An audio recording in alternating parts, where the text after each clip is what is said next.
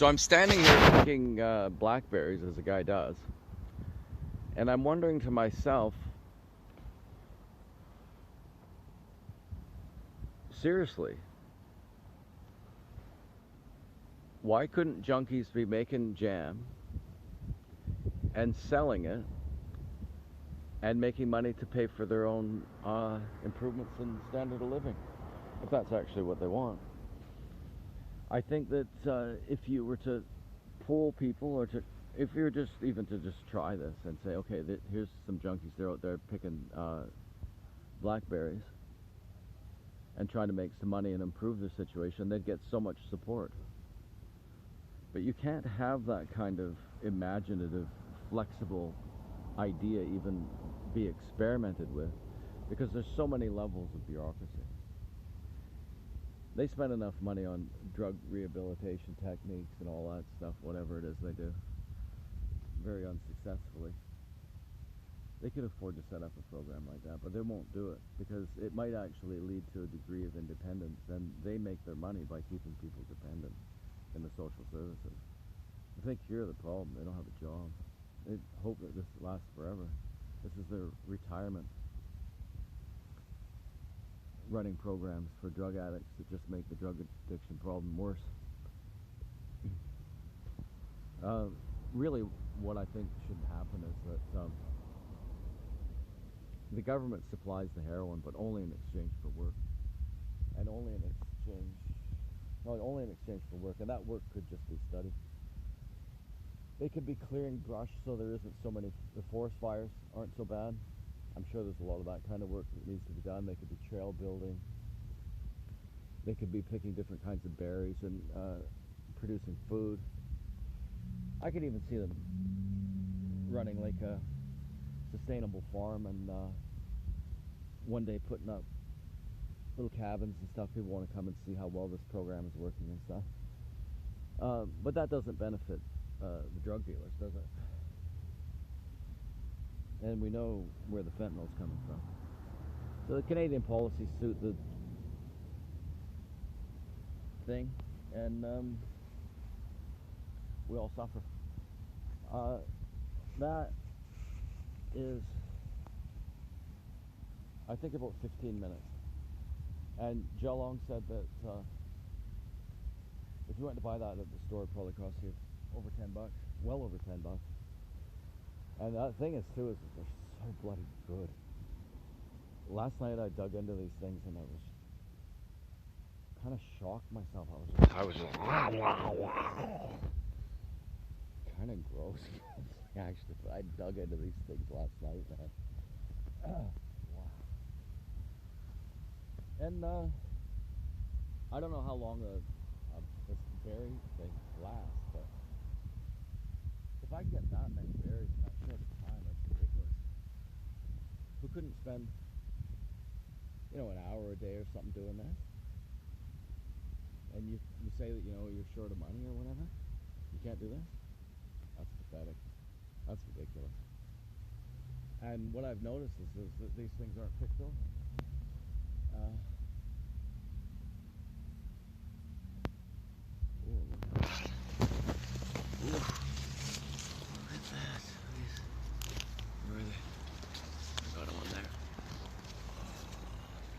Sorry, literally can't see what I'm videoing very well, but look at that, eh? Oh my God.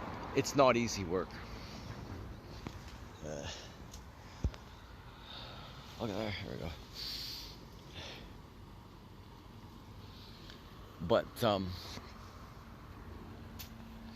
sure you get better at it, right? Practice.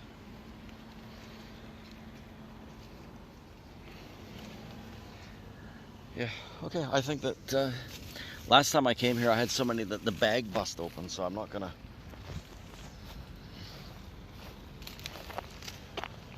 take too many. There.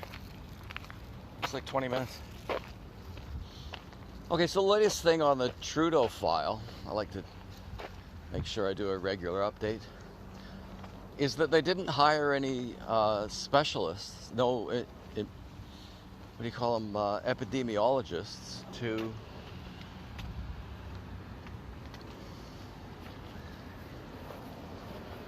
make a decision on whether or not those travel mandates were necessary. And by their own admission, I'm trying to get across the street so I can run the camera along that grass there. Sorry, no gimbal. What was I gonna say? Oh yeah, so they formed a panel to bring in the travel mandates 2 days before they called an election. And rather than hiring epidemiologists to make the decision about whether or not that was a good idea, they went with a bunch of people that had hardly no experience in health at all. Just nothing. And then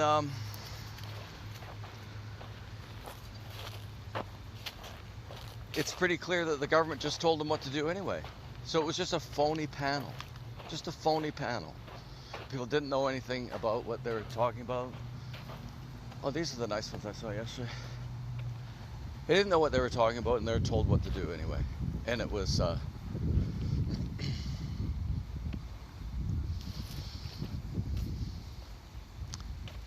well, so you got to wonder, you know, did they not hire professionals because... There we go. Hope the wind isn't too bad. I got the foam on the thing now.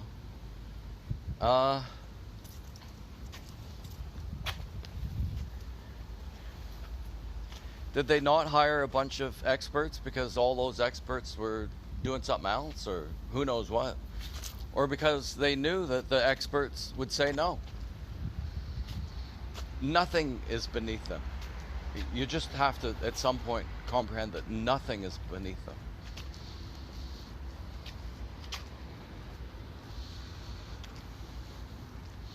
See, these guys, wouldn't they maybe be a little bit better off if somebody was managing their intake, had something productive to do?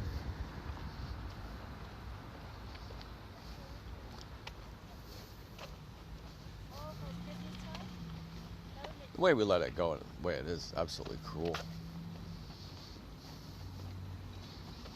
Well, let's talk about harm reduction and everything else. Sounds good.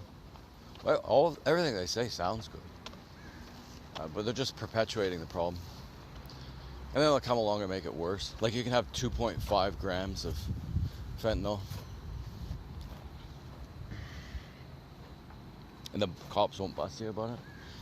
Yeah, anyway, so the mandates were brought in without any scientific justification that the committee can put forward.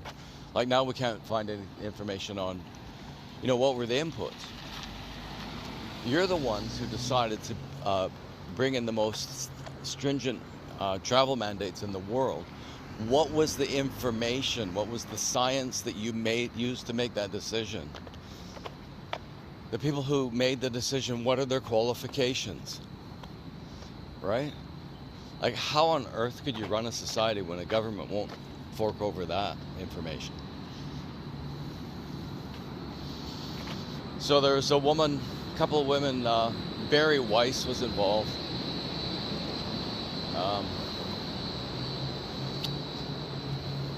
I'm sorry, I'm very bad with names, but a woman that used to work for the CBC and is now like making a living as a whistleblower on how bad it is.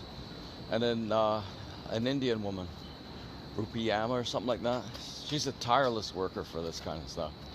And just as an aside, a lot of Indian people in Canada really can't stand Trudeau. That's a bonding thing for us. I'm serious.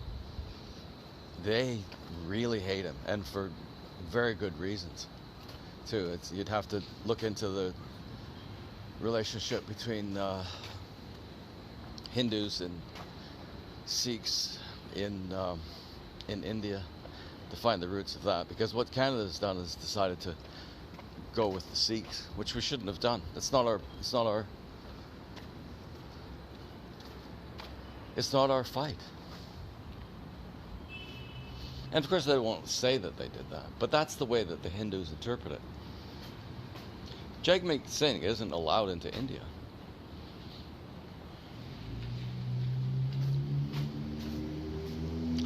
Uh, yeah, so now it turns out that they didn't have any scientific basis for the mandates, none that they could put forward anyway, or willing to put forward.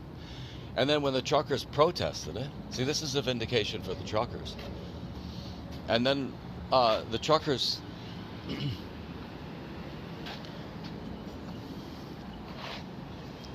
thought that the mandates made no sense and put up a big stink about it. And then unjustifiably, they brought in the Emergencies Act. And we know it was unjustifiable because the justifications that they use, none of it's true. They said that the police asked for it. The police didn't ask for it. They claimed that there were fascists and Nazi type people at the protest in Ottawa. No, there weren't. Just no, there weren't, okay? There was one guy with the Confederate flag who was chased off immediately. And there was one moron showed up with the Nazi flag, and what he meant by it was that the Trudeau Liberals were Nazis, not that he was supporting Nazis. We know this, okay? And so, yeah, that wasn't true. They said that one of us started a fire in an apartment building. No, that wasn't true. They said that they needed it to open the borders. The borders were already open. There's a whole list of justifications that they gave for it, and none of it made sense for the Emergencies Act. So the Emergencies Act was brought in to, I would say, repress people who had a problem with the travel mandates. And now it's turned out that the travel mandates didn't make any sense either. There was no scientific justification that they can point to themselves. It's not in the documents that were shared around when they were making that decision. Like, how bad can it get? And so the Indian woman that I'm talking about with the Barry Weiss and that, she's so nice. I mean, it's ridiculous. She said, "Oh, I don't know why the mainstream media isn't covering this." And and she actually seemed to be kind of confused, and it's, look, oh my